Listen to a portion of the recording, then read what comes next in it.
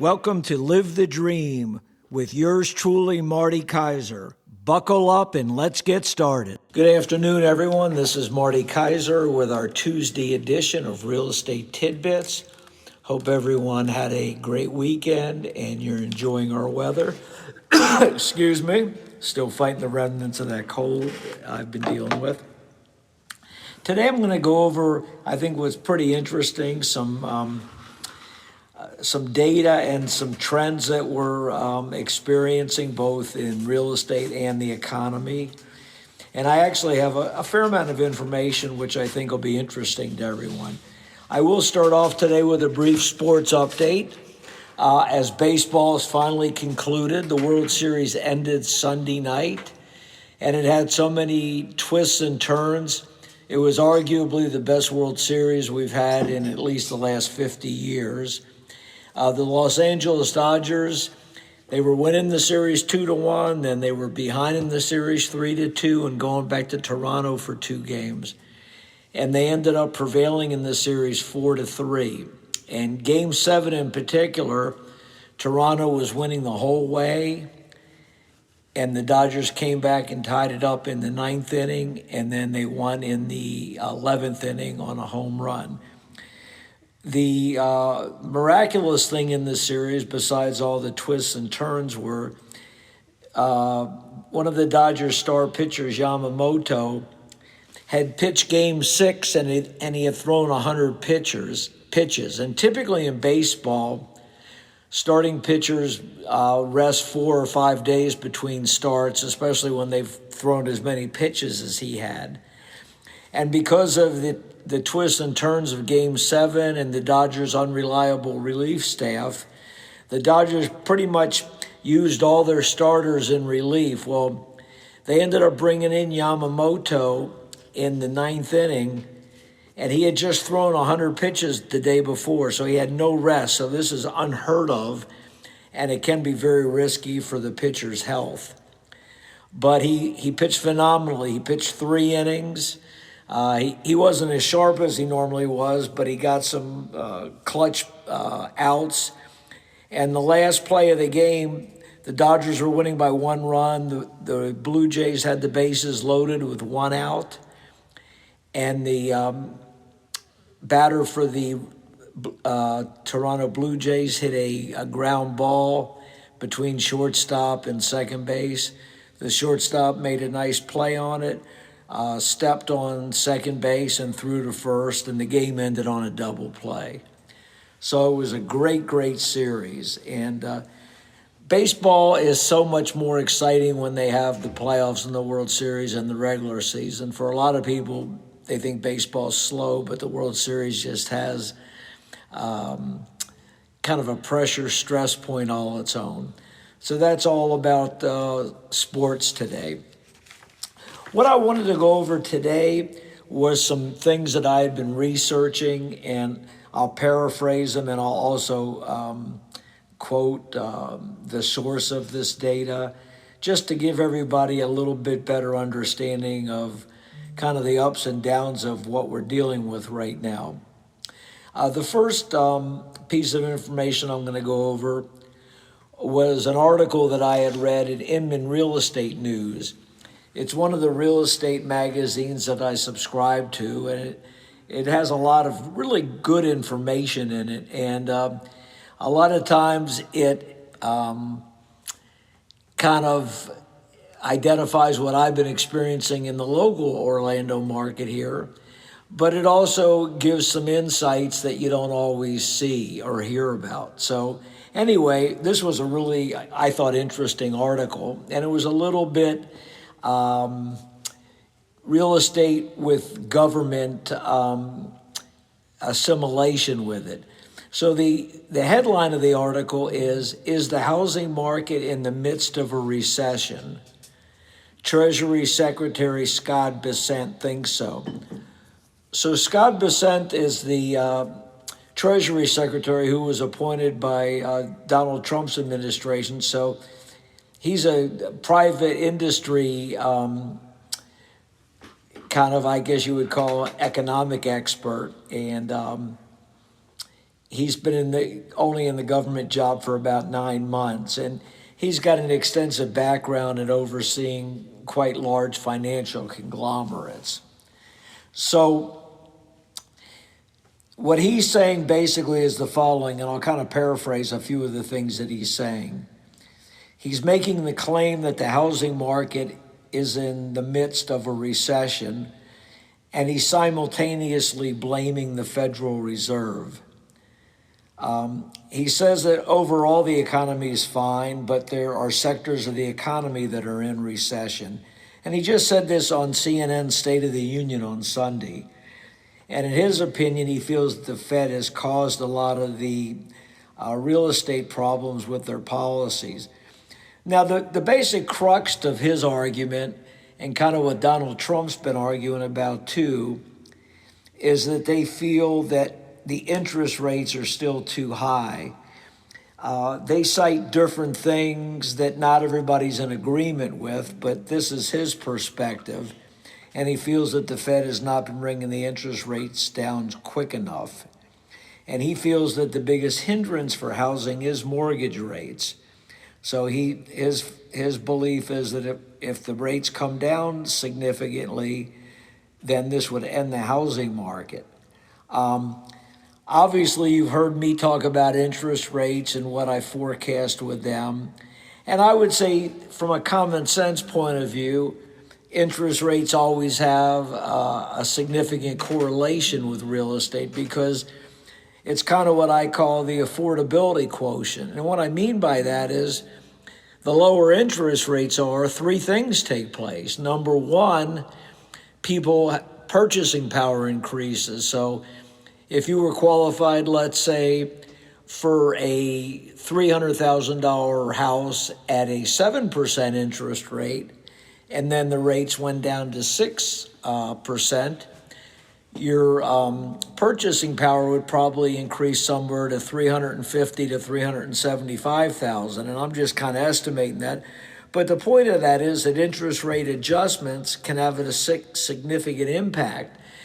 The converse is also true. Back about 5-6 years ago, interest rates were at 3%, where they've gone up to almost 7%. Now they're starting to come down a little bit.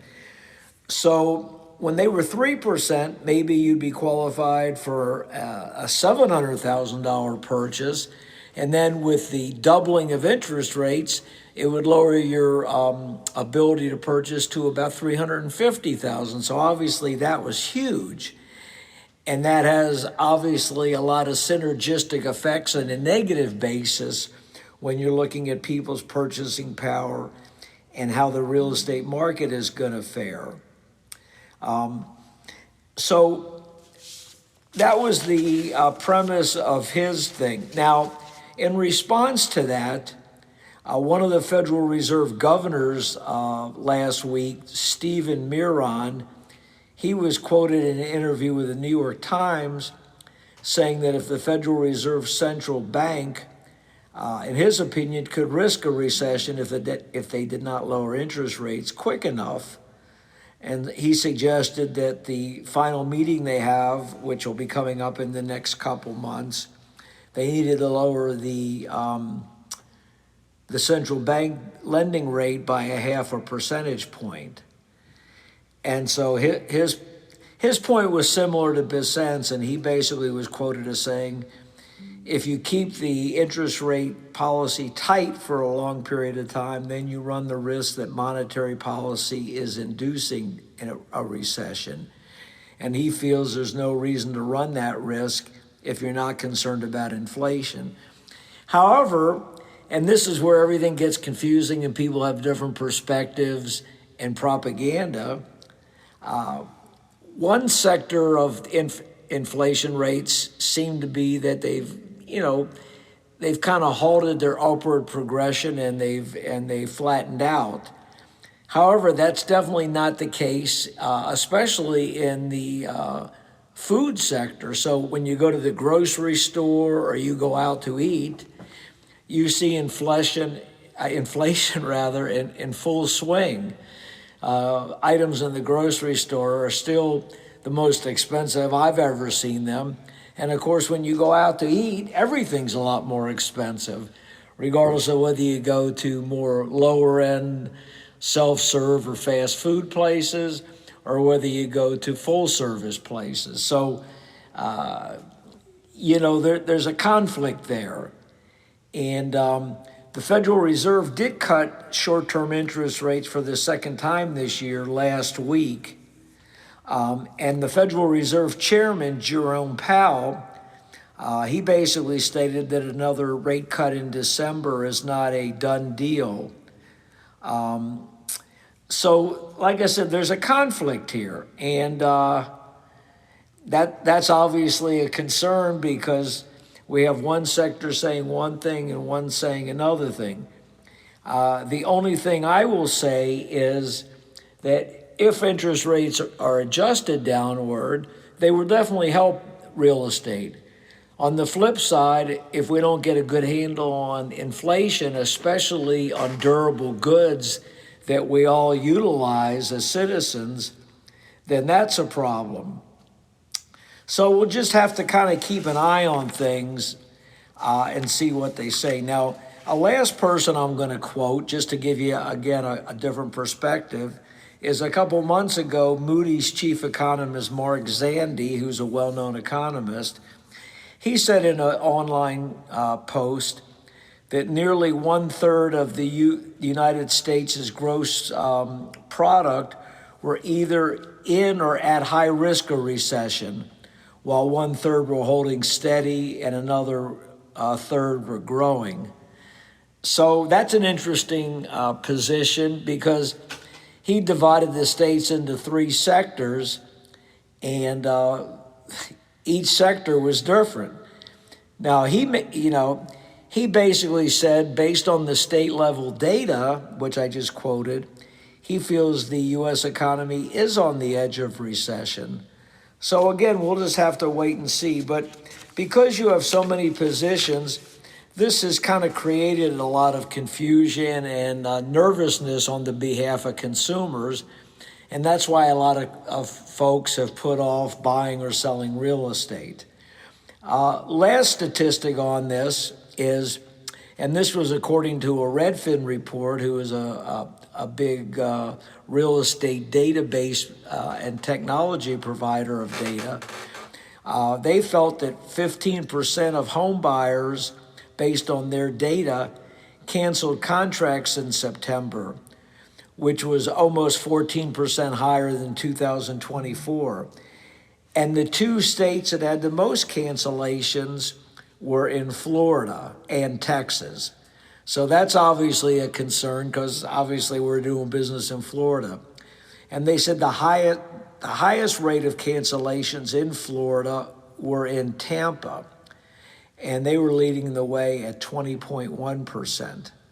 And there's different reasons for the cancellation of contracts, but I think it all stems from people's nervousness. So if they get any bad news, whether it's on interest rates moving around or they get an inspection report, or maybe they do additional research and feel they're overpaying for the property, these are some reasons why that we've had a much higher cancellation rate. And obviously, we try to avoid that. Now, on a personal level, knock on wood, I have had almost no cancellations in 2025 on a personal level. And I think part of that is good fortune, but I think also part of that is when I have negotiations, whether I'm representing the buyers or the sellers, I try to give factual data to my customers at the same time without applying any pressure whatsoever. If I think it's a good move for my customer, I will point out why I think it's a good move to try to allay their nervousness or trepidation. But the thing that I definitely try to avoid is if I can see that a customer is not sure of a decision and they're having second thoughts, I would rather them not sign the agreement, because the worst thing that can happen in my experience, whether you're representing buyers or sellers, is to have the deal not get to closing. So I'd rather let somebody sleep on it, do more research, whatever the case may be. And sometimes maybe they won't come forward and move forward on that particular offer or house. But I'd rather have that happen than having them try to back out of what they signed.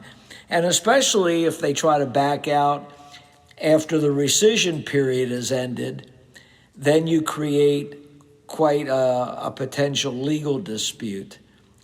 So knock on wood, I've been very successful in how I handle negotiations. And that's always been my policy, is that I don't want to have an iffy customer. It's just not a good thing to do. And when you're buying or selling real estate, for many people, it's the largest purchase they're going to make in their lifetime. So I want to make sure that they're comfortable with it. So that's a little bit about some of the data with the real estate market and how the Treasury Department sees that. Now, I'll kind of transition a little bit because I get a lot of questions that people ask me. And there's a percentage of people that still feel that realtors make a ton of money, that they're overpaid, and in many cases, they don't work that hard for their money. And really, in my opinion, if you're talking about a good real estate agent, nothing could be further from the truth. The thing that I think I've mentioned months ago in one of my podcasts was there's a misconception that every realtor makes a ton of money. The majority of realtors do not make a great living, and in fact, the average income for realtors is under $50,000 a year. What is true in real estate, just like it's true in a lot of sales professions, is that 15% of the realtors do 85% of the business. So you have a minority of realtors that are doing the majority of business, and of course they're doing quite well financially. And that's due to the fact, a couple things. Number one, they're probably provide superior expertise and results. They work very hard in long hours, and they stay really on top of trends, and they're very effective at personalized branding. Now, just to give you an idea of what a good realtor should do, and these are things that I'll call myself a good realtor, and I'm not bragging on myself, but I take pride in being professional. Here's some things that a good realtor should do. When they're in a real estate transaction, of course, they're acting as expert advisors. They do extensive marketing, negotiation acumen, and basically project managers, because they oversee a whole transaction. Now, some of the things they do for sellers, and this is one of the things that I place a lot of importance on myself, is extensive property valuation, coming up with the right pricing and marketing strategy for a property. In my opinion, you should do a lot of research in that and have a lot of data to support your opinion. So when you meet with your customer, you have that right immediate, so the customer can see you just haven't pulled data out. You've got the data there along with your experience and expertise and the amount of business that you've done in that particular area. And so you want to prepare and conduct the market assessment in a manner that's, besides it being detailed, you want to make sure that it's easy for the customer to follow. Along with that, some very important things that go hand in hand with that are advising your customers on what, if any, items need to be repaired, how to most effectively stage and present the house, and if there are any additional improvements that need to be done, whether it's decluttering, whether it's putting stuff in a storage facility, whether it's improving or changing things that are really selling detriments. There can be various things that are going to significantly impact not only the price you get for the property, that how successful you are in selling it, and the amount of time it's going to be on the market. So you go from that property evaluation standpoint, to developing and executing a strategic marketing plan. Now, your marketing plan is various components. Number one, having quality and professional photography. Number two, taking advantage of technology to have a very state-of-the-art virtual tour. Obviously, you want to put the property on as many platforms as you can. There's numerous online platforms now. Some of the ones that you're probably familiar with are Realtor.com, Zillow, Trulia, Redfin, just to name a few. So it's important that you maximize the marketing that you do with these things. And then you also want to carefully evaluate the metrics and share the metrics data with your customers. Some other things that obviously agents do is coordinating or conducting open houses, providing that your seller agrees to that.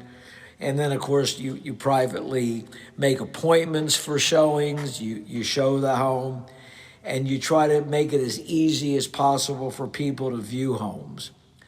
So then, once you've gotten a sales contract, you need to, what I call, manage the process and the sale.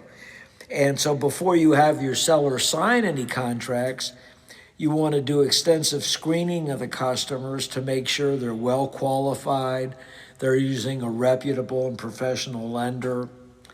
You must present all offers regardless of how ridiculous you may think they are, just because it's not up to you to say yes or no to an offer. It's up to the seller, and your seller wants to know about each and every offer. Now, once you've presented the offers, then it's your job to counsel the seller and explain to them what negotiating recommendations you make. Negotiations is a very important part of the process, and it's a very overlooked process by the consumers. I know myself, I take great pride in negotiating, and besides having a coherent strategy, I try to take into account my seller's situation, my seller's personality, the buyer's situation, the buyer's personality. And if I have another real estate agent involved, I need to take account their experience or lack thereof and try to optimize the situation, because my deal, or my objective rather, is to transact an agreement. Because the customers are hiring me with the expectation that I'm going to successfully sell their property for a very solid price in an expeditious fashion. And those are what my objectives are. And fortunately, I'm normally able to accomplish those objectives. Then you go into the next step of the transaction, and that's basically what I call transaction and closing management. And so what that means is you oversee the entire process from contract to close, and you ensure all the documents have been properly executed, that you've done all the documents that need to be utilized. You've made sure that there's no typographical errors, that there's no terms that are going to put your customer at risk. And then you do all the coordination in terms of getting the inspector's access, getting the appraiser access. I know myself, I meet with the appraisers, I give the appraisers a lot of documentation. I make sure the title company's doing their job. And then if any issues do come up during the process, I make sure that I'm properly working those items out so that I eliminate things that could put the transaction at jeopardy. So there's a ton of things that go on with that. And then you go on to the buyer side. So with the buyers, you do similar things, but from a different perspective. The first thing that I always do is, if the buyer's local, I try to either meet with the buyers in person before we start the process, or at the very least, have an online communication with them, whether it's FaceTime or whatever the buyer's most comfortable with. And I want to answer all their questions. I want to go over a blueprint with the buyers. I want to explain the best ways to have the buyer meet their goals and objectives. And I try to answer any concerns that the buyer would have. And then we agree on a strategy to make what the buyer wants to do become a reality for them. And so that would mean, how are we going to go about showing the homes? How are we going to interface with the lender? If they don't have a lender, I give them lender recommendations. I explain more about the total payment structure, the what we call principal and interest payment, how taxes and HOA fees are included. If repair issues come up, what sort of scenarios could take place with that. And I just want to make sure the buyers have a roadmap so that when things do come up, I've covered them. I also give them an assessment about different down payment options, what they should expect in closing costs, negotiating strategies that I'm going to undertake on their behalf once we actually make an offer on a property. And obviously, each negotiation is a separate entity. So I might have a different strategy for them on one house than I do on another house, and I explain why that comes into play. So then let's say we'll jump ahead a step and say that we have contracted on a house. Then the management of the transaction takes place. So giving them inspection recommendations, making sure that the inspectors have easy access to do their inspection on the property. We review the inspection with the buyers. We determine if they're going to ask for any repairs. We explain the pitfalls of different requests that they're going to have. We make sure that they're fully understanding all the different timelines and deadlines in a contract. And ultimately, we want to try to make the closing go as smoothly as possible. And then I provide what I call post-sale support. I go through the final walkthrough process with them. I can explain to them different vendors and contractors that they might want to use in the future for anything that might come up on their house. So there's just a ton of things that we do, and it keeps me extremely busy. I take pride in not only closing the transactions, but reducing the stress level of my customers, because I know for a lot of people it's very stressful buying and selling real estate. And I take a lot of after hours calls with some customers because it's a very stressful process. I kind of hold their hand and try to be a sounding board for them to try to overcome their reluctance or fears that something could go south.